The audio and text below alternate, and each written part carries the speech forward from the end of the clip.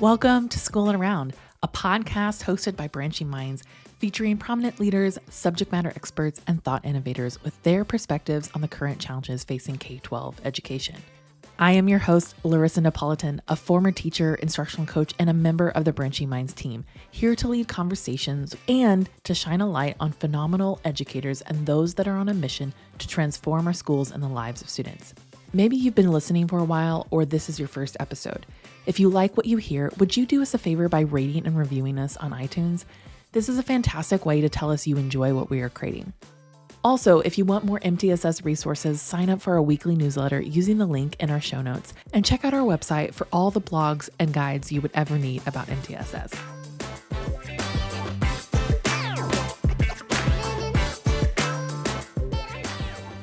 Today, I'm excited to be joined by Connie Rockow, the Director of Curriculum and Instruction from Oakfield-Alabama School District in New York. Welcome, Connie. Thank you. Connie, where in New York is Oakfield, Alabama? So Oakfield-Alabama, there's a town of Oakfield and a town of Alabama. So our school is those two towns together largely. And we're about halfway between Buffalo, New York and Rochester, New York. Okay, Right? So that's awesome. I just always am. New York is not as familiar to me, so I always like to ask where specifically these places are. Well, so I just to kind of get us going, I'd like for you to share a little bit more about your district and maybe your background that kind of landed you in this role of Director of Curriculum and Instruction. Okay. Our district is a small rural district. We hover around 700 students that come to us directly. That doesn't count like private schools or out of district placements, homeschools, all that. It's a lot of farmland. This is a very close knit community. The school is part of the community. The school family and the public at large kind of, there's this continuum, right? So we all exist together and we work together to do things. Which is wonderful. It's a wonderful, wonderful thing. I have been here. This is year number 6. So I spent the prior 20 years at ABOCES. So anybody who has worked in New York State knows what ABOCES is, a Board of Cooperative Educational Services. I started there as a teacher, and then I became an instructional coach, and then I became the instructional coaching coordinator, and I worked with districts throughout our region to train their coaches. And then from there, I transitioned to Oakfield as their curriculum and instruction director. Yeah, I'm so glad you're here. And kind of to kick us off, because we're talking about momentum. I am a former runner, and so I like to ask this: is that have you ever run a race or done something where you felt like you needed the momentum of like the runner's high, or like what was the thing that kind of like kept you going in the midst of like maybe a long-term project or even just like a race itself? Have you ever felt the runner's high? Absolutely. Absolutely. I used to run. I don't any longer, but I used to run. Um, for me, I'm very stubborn. I don't quit. Right? Like if I see value in the goal or the end product, right? Goal in running is to finish a race. End product, which you never have an end product at school, but that climbing up the mountain or going those miles, if I see value in that, I just persist, right? Like you have to just keep going. So it's my own mental, like, okay, this is hard right now, but I can see the value in the end, so I'm going to keep going. So you, in the midst of it, you remember your why, to Yes, use the to use the absolutely. cliche for education. Yeah, when I'm losing it, I just go back into the classroom and I visit my little people and I'm like, okay, this is why we're doing this. Yeah. Yeah. Oh, yeah, that's the same thing. We can talk about that more later, but, thank you. I just love that question of just, like, that runner's high is the thing that keeps people going in a long-term race, and so, we'll maybe talk about what's the MTSS high, I guess, is what we could talk about. So, we're talking today about building that momentum, and so from your experience in building an MT and implementing MTSS within your district, I would love for you to just talk a little bit about what are some foundational elements in building that momentum? You know, baby steps to me always, baby steps, baby steps. Um, when you're trying to start that momentum, there's that pre work that needs to go on. Okay, what do we know? Right? What do we know that we want to continue? Right? That has best practice, whatever the case might be, and what pieces don't we know how to do, are we unsure of, or it's been brought to our attention that maybe that isn't best practice. So I need to like kind of see as much landscape as I can, knowing that as you get into any kind of project, you're going to uncover more things, but in that preliminary. So let's see where we are, what we know, what we don't, and then deciding what that first step needs to be. Yeah, I mean, isn't that right? Like, you start running a race by just taking them one step at a time, and I know and we've talked on this podcast before a little bit about with MTSS, there are a lot of elements that a school is already doing, so it's really examining what are the pieces that are already in the works, Yep. and then how and bringing all that stuff together. So that makes sense about starting small. Are there anything else that you felt like was really necessary sort of after that initial implementation, but that to help like keep the ball rolling, that help keep the work on track? So for whatever group that you're starting this with, right? So when I came into Oakfield, they already had RTI process going on, right? They had a basic understanding of it. It was happening. There were interventionists. Uh, we knew that we wanted to make some shifts. Our direction, we wanted to kind of hone things up a little bit, right? So one of the things that for me personally, is who are those key people for us? It was the interventionists, and then me asking, how can I help? How can I help? And sometimes I feel like I should have asked that more. When you ask, what do you need? Or how are things going? It, even if things are going well, even if they don't need help, by asking, how can I help? Number one, whoever it is that you're asking to do this lift, because it's not me as administrator. Like my lift is easy. It's my people who have boots on the ground. They've got the heavy lift. So just by asking them, even if they're all good, that affirms like, okay, we've got someone in our corner. And then if there are things like, I don't understand how to do this, okay, then I've got to figure out, oh, do we need some more training? Or did I go too fast? Or did I bite off more than we can chew? Do we have to step back a little bit?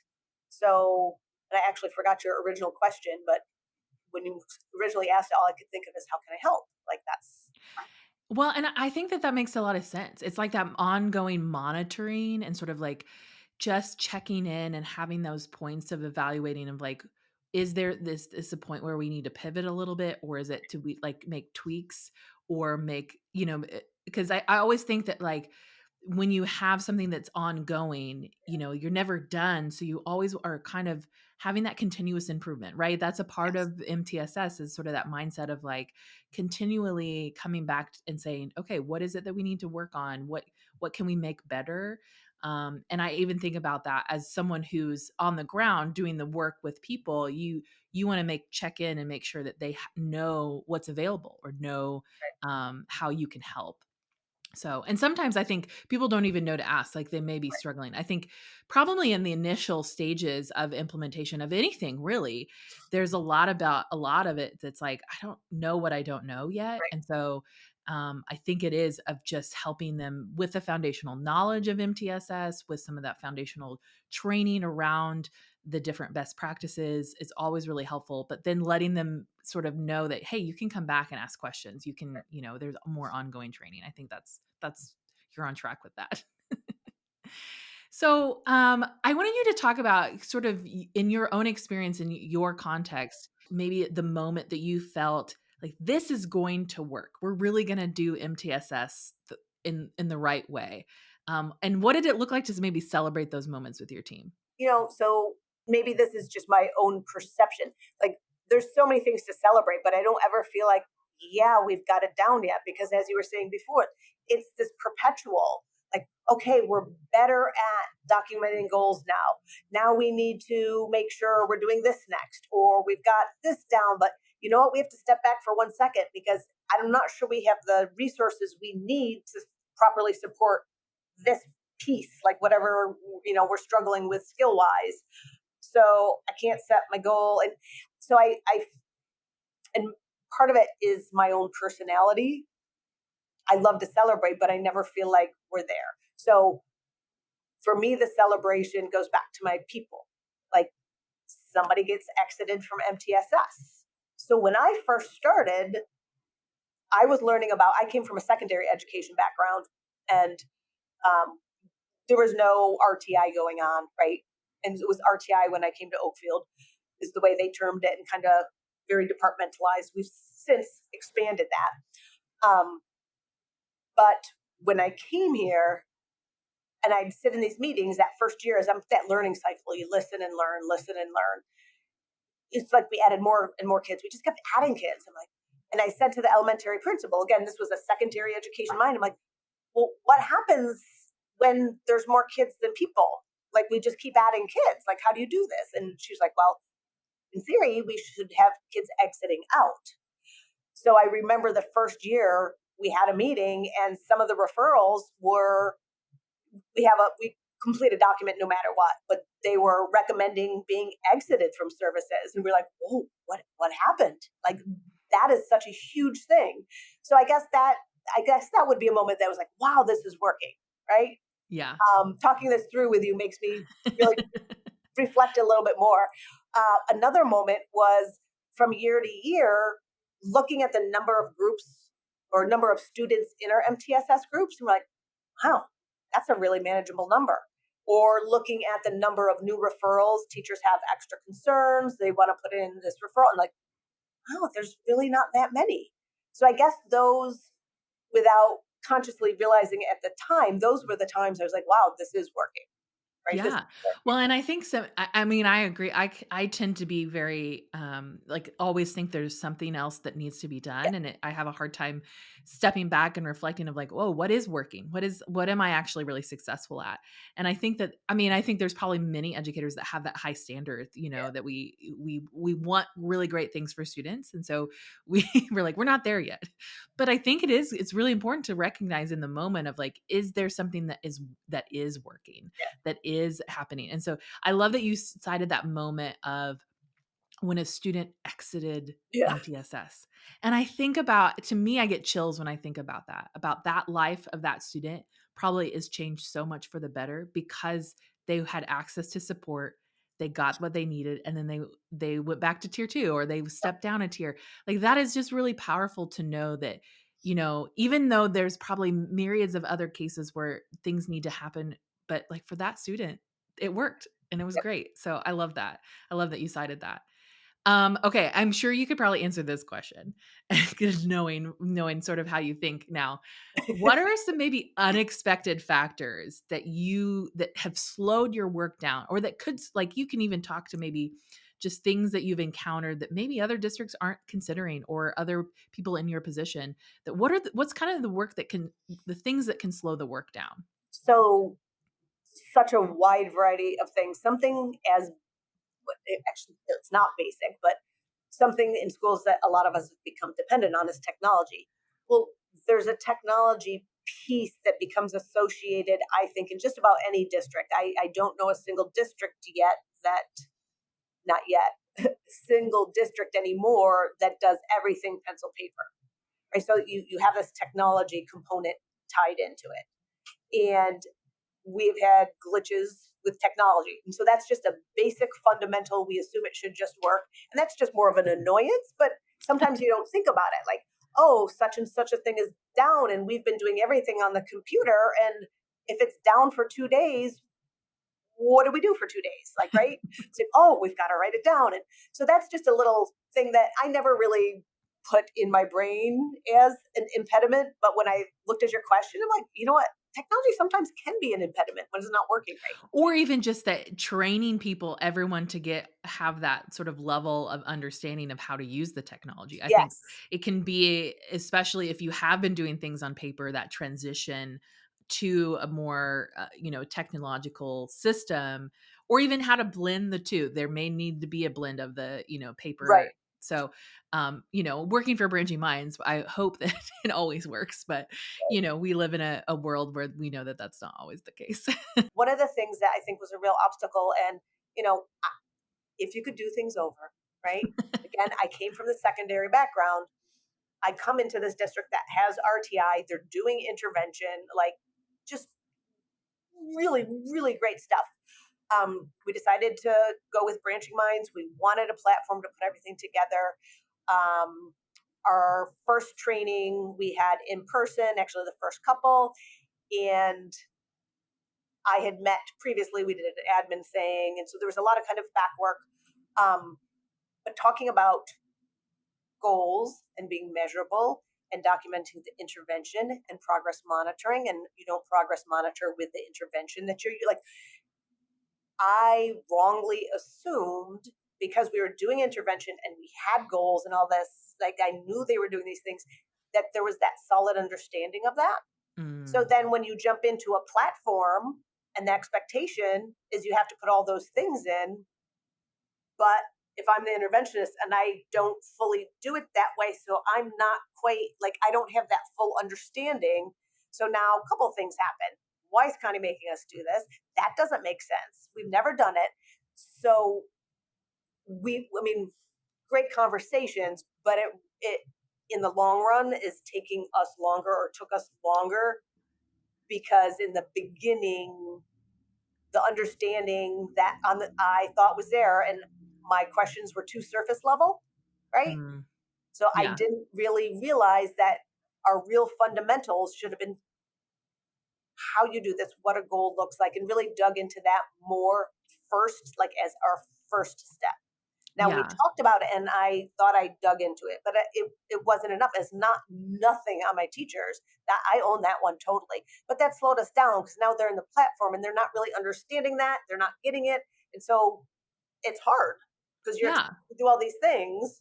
And I'm like, well, no, you can't progress monitor this with this, or no, this has to be every couple of weeks, or no, we're not going to use 5 different interventions because how do you know if they make progress or they don't? What intervention is working? What intervention isn't? Mm, Um, so that's something that I would suggest to anybody that just that solid understanding yeah. is really, really important.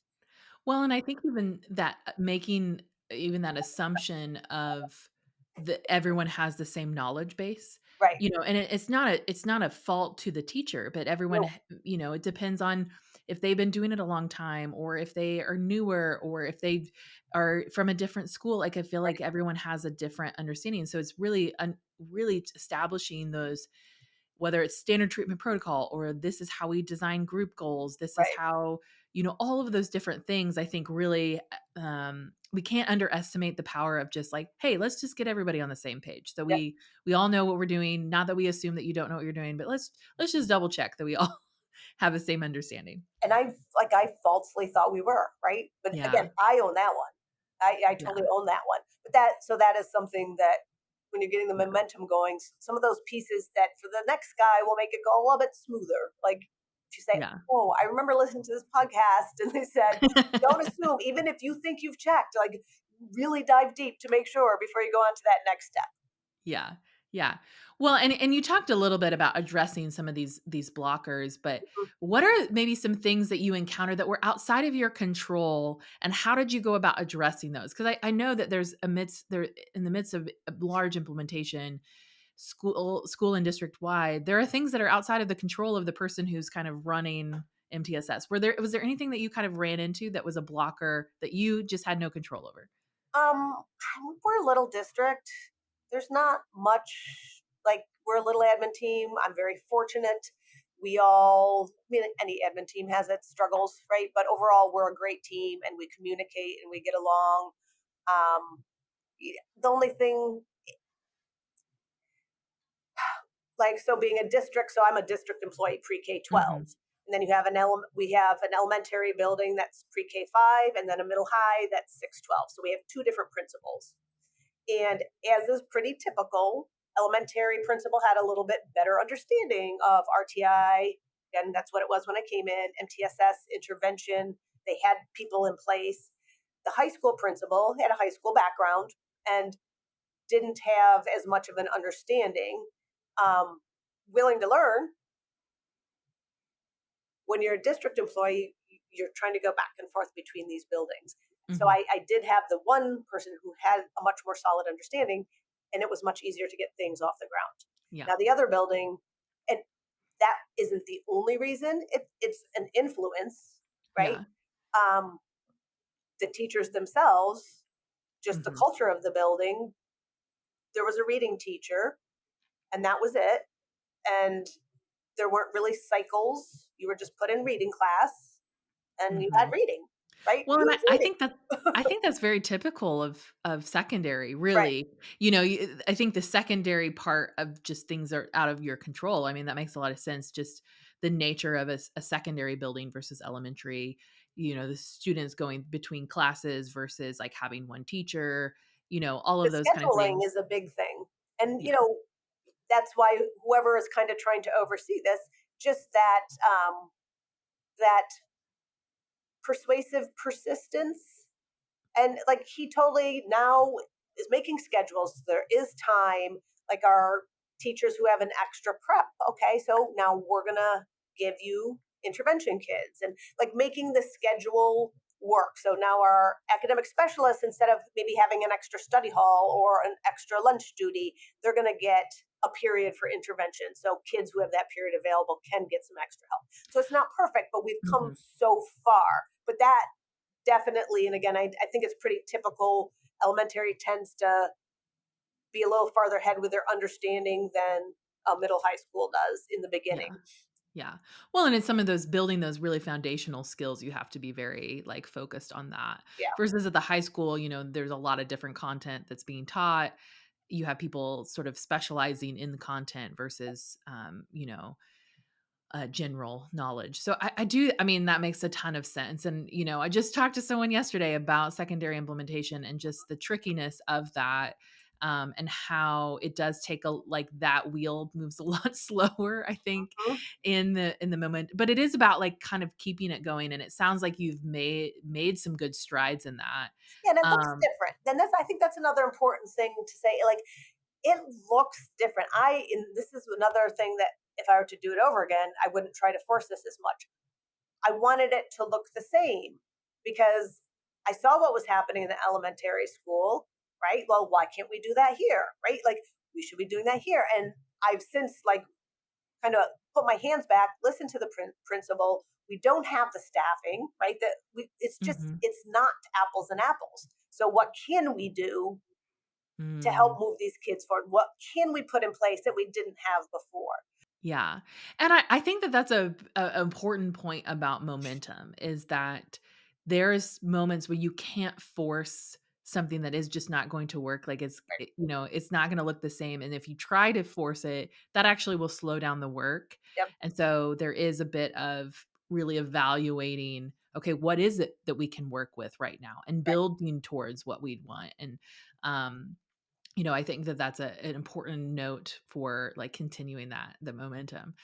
Well, I would love for you to talk a little bit about, because this is a big piece, I think, and I think that you sounds like you've gotten some of this, but describe maybe how you've integrated teacher and team feedback into your work, and then maybe how that might have helped or even hurt your momentum. Um,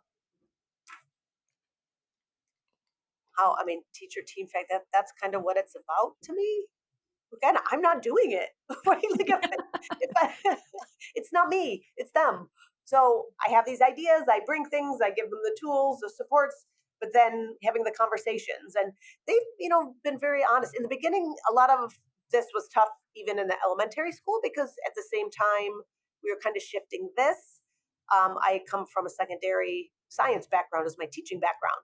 I don't know how little kids learn how to read. Like I have no idea, right? So I come into this school. I was one of those fortunate parents. My son, I don't know how he learned. He just learned, right? So I never had to delve into that.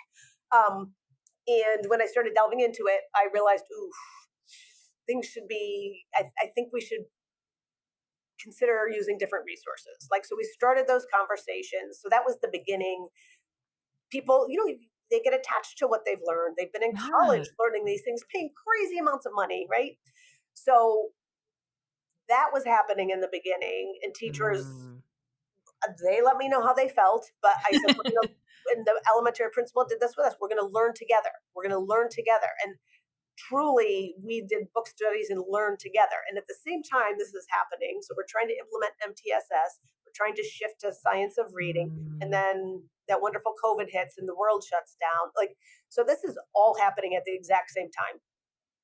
we're all, losing our minds. Um, so I became dependent. So the elementary teacher, all of us dependent on feedback. Like, Yeah. teachers, what's working? They weren't even in this building for how Yeah. many months, and they had to be teaching. And so it was that constant dialogue had to be open for any of us to survive. And I Yeah. think, as odd as it sounds, that was an advantage to us in many ways, Mm. Yeah. because we realized how important it was to have those open lines of communication, because they're at home and we're here. And how are they going to get what they need? They can't just like stop down, or they can't just talk to their neighbor. Like, so we started, I think that started opening up those lines. And then at the same time, one of our shifts was we needed to tighten up a little bit on, like, say, there's 4 sections to second grade, ensuring that the students, like, our priorities were the same, right? Yeah. In terms of what we're teaching the students in this district, right? Of course, Yeah. aligned to New York State, but each community, each district, there are little different needs. Um, and when COVID hit, it behooved the teachers to divide and conquer in the grade levels. And so at the same time, they became a more cohesive team that was communicating with each other and providing feedback.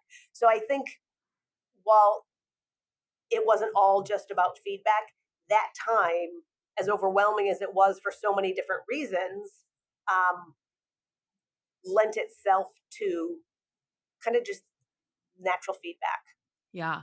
Well, and I just think it is important in the work that you have to have the lines of communication. You have to have that even safe space that people can give feedback, because I think there's oftentimes teachers feel fear of, like, if I tell them really what I think, they're, if they'll retaliate or things like that, and I think there's teachers that when they feel safe to give that feedback, if there's that trust, that built of trust and open communication and positive relationships amongst the staff and the team, it's so much easier to do the work. It's so much easier Yeah, to be able to be like, this is not working. We need it to be better, or this is not working for me. I need more training in this. I think there's just that ability to have you continue the work instead of someone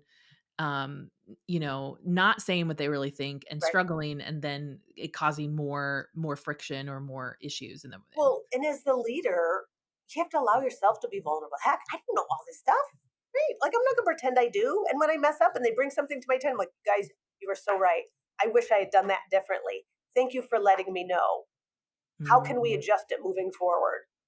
Yeah, Like, and that's great. I think as a leader, having that mindset of just like, I want your feedback. I wanna know what's working, and, and that you are able to own some of I think that that's such a great leader quality, sort of that humility of like, "Hey, I'm learning some of this stuff too," right.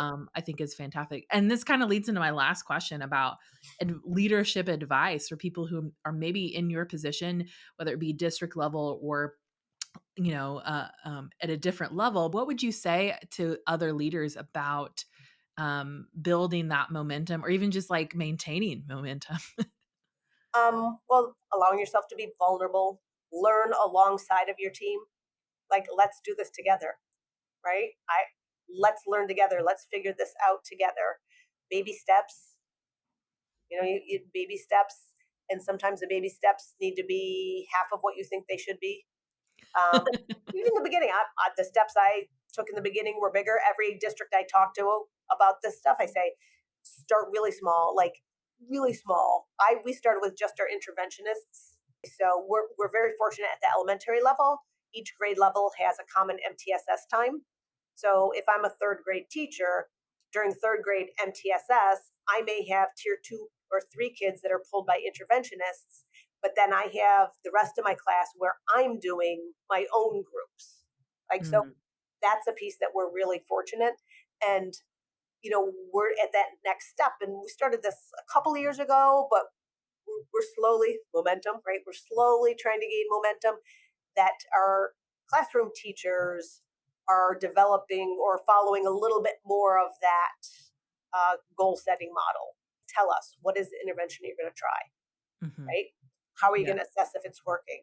So, starting to get the classroom teachers thinking in that mindset. So, like, yeah, if something worked, why did it work, right? Or yeah, if something didn't work, Why didn't it work? Let's And those look are at it. fantastic conversations for teams to have. Like, I valued that so much as a teacher when I sat down with my, my counterpart, my other English counterparts, and we would talk about like what worked in your classroom, what worked in mine, like, and we were able to it like bettered our curriculum, it Yeah, bettered our teaching when we were able to have those really great conversations. And to be honest, we were like, I tried this, it didn't work. Kittens didn't respond. They didn't right. do well.